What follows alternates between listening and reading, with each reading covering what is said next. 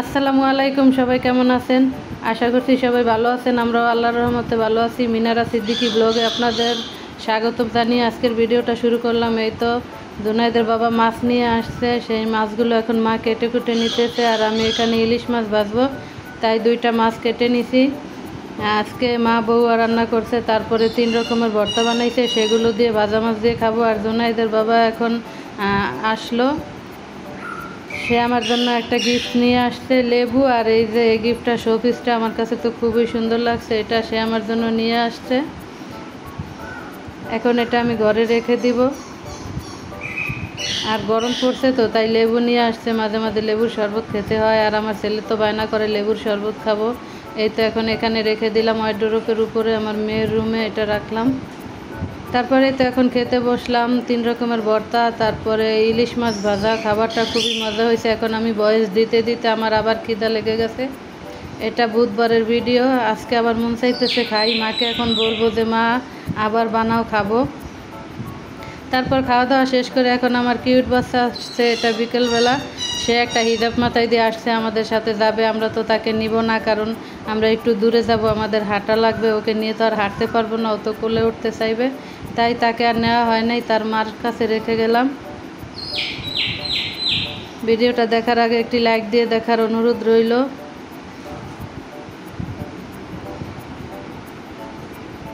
তারপরে তো এখন গাড়িতে উঠে গেলাম, মা মেয়ে মিলে এখন চলে যাইতেছি। আমরা একটু হাটে যাব, বুধবার আমাদের ওইখানে রাতুলদের ওইখানে হাট বসে, তাই ভাবিদের বাড়িতে যাব, গিয়ে ভাবিদেরকে নিয়ে হাটে যাব। এই তো নদীর পার চলে আসছি। এখন ট্রলার থেকে নেমে সামিয়াকে নিয়ে নিলাম, বললাম তোমাদের বাড়িতে বসবো না, আগে হাটে যাব, চলো হাট শেষ হয়ে যাবে। তারপরে এই তো ভাবিদেরকে নিয়ে এখন হাটে আসলাম। এখানে অনেক রকমের জিনিস বসে, দুই পাশে দুইটা পুকুর, মাঝখানে রাস্তা। আমার কাছে এই দৃশ্যটা খুবই ভালো লাগলো। তারপরে তো সবাই পুকুর পাড়ে সব কিছু নিয়ে বসছে। এখানে অনেক রকমের খাবার ছিল, ভাবছিলাম জিলাপি খাবো, কিন্তু হাট ঘুরে আসতে আসতে আমরা আর জিলাপি খাইতে পারি নাই, সেটা নিয়ে আফসোস করতেছি। কারণ হাটের গরম গরম জিলাপি আমার কাছে খুবই ভালো লাগে। আর এই তো আমার কিউট বাচ্চার জন্য এই জামাটা দেখলাম, একটু শর্ট তো তাই নেই। এখান থেকে অনেক রকম লেস আনছি, তারপরে কাপড় আনছি, অনেক রকমের গজ কাপড়, একটু রিজনেবল প্রাইসেই পাওয়া যায়, মার্কেটের থেকে 20-30 টাকা কমে পাওয়া যায়। তারপর মেয়ে বললো চলো মা একটু ঘুরে আসি, সেই কারণে আর কি যাওয়া। তারপরে এই তো এই কাপড়গুলো 200 টাকা করে গজ চাইছে, আনি নাই। ভাবলাম যে না, কেমন হয় হাটের জিনিস, তাই আনা হয় নাই। দেখি যেগুলো আনছি ওগুলো যদি ভালো হয় তারপর নেক্সটে গিয়ে আবার আনবো। এখানে সব রকমের জিনিস আছে, ব্যাগ থেকে ধরে বোরকা জুতা সবই আছে এখানে, কিন্তু আমরা তো অত কিছু আনি নাই, কারণ আগে একবার এনে ব্যবহার করে দেখি ভালো হয়নি। এই তো আমরা এখন চলে যাব, তাই ফুচকা খেয়ে নিতেছি, বেলপুরি। আর বাড়িতে চলে আসছি। এই তো এগুলো আনছি আমার মেয়ের জন্য, আমার জন্য, তারপর আমার কিউট বাচ্চার মায়ের জন্য।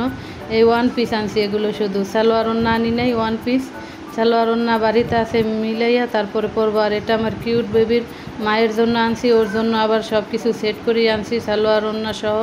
আর এটা আমার মেয়ে নীল কালার খুবই পছন্দ করে, তাই ওর জন্য এটা আনা হয়েছে।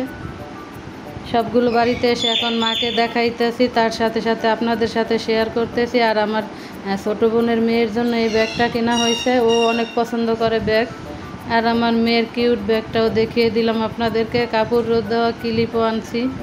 আর এই তো এই বেগুনি কালার, এটা আমার কিউট বাচ্চার জন্য আনছি, ওকে একটা ফ্রক বানিয়ে দেব। লেসগুলো আনছি, গজ কাপড় আনছি, এই গজ কাপড় দিয়ে লেস দিয়ে বানাবো।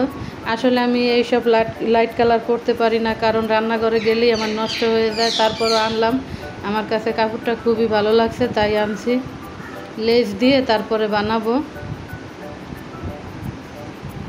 ভিডিওটা ভালো লাগলে লাইক কমেন্ট শেয়ার করে আমার চ্যানেলটাকে সাবস্ক্রাইব করে আমার পাশে থাকবেন। যারা করছেন সবাইকে অসংখ্য ধন্যবাদ। আমি আপনাদের ভিডিও দেখি, ফুল ওয়াচ করে দিয়ে আসি, প্লিজ আমার ভিডিওটাও ফুল ওয়াচ করে দিবেন।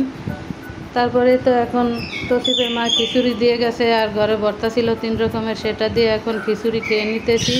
পেটে প্রচুর ক্ষুধা লাগছিল, খিচুড়িগুলো সেই মজা হয়েছে। আর আমার কিউট বাচ্চা গান ছেড়ে তারপরে নাচানাচি করতেছে, সে তার ভিডিও দেখলে অনেক খুশি হয়, তাই সে নাচানাচি করলে আমি সেটা একটু ভিডিও বানিয়ে রাখি, কারণ সে অনেক খুশি হয় দেখলে। এখন রাতের বেলা পুডিং বানাবো, আমি রাতুলের জন্য পুডিং বানাবো, তাই এখানে গুঁড়ো দুধ 4টা ডিম নিয়ে নিছি, তারপরে লিকুইড দুধ সেটা জাল করে নিছি। এখন আমি ক্যারামেল বানাবো, তাই চুলায় চিনি আর পানি বসাই দিছি। ক্যারামেলটা হয়ে গেছে, একটা ঠান্ডা হয়ে সেট হইলে তারপরে আমি দুধ দিয়ে দিব এখানে। তো ডিমগুলো ফেটিয়ে নিছি, এখন দুধের ভিতরে দিয়ে দিব। এটা ভালোভাবে মিক্স করে একটু সেঁকে নিব।